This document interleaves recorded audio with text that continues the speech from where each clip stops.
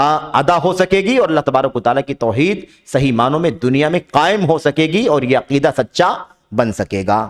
تو یہ چند باتیں تھیں۔ اللہ سے دعا ہے کہ اللہ تبارک و تعالیٰ ہمیں اور آپ کو کتاب التوحید کے ان مباحث کو، اللہ کے کلام کی آیات کو اور اس کے پیغام کو سمجھنے کی توفیق عطا فرمائے، آمین یا رب العالمین۔ وصلی اللہ وسلم وبارک علی نبینا محمد وعلی آلہ وصحبہ اجمعین۔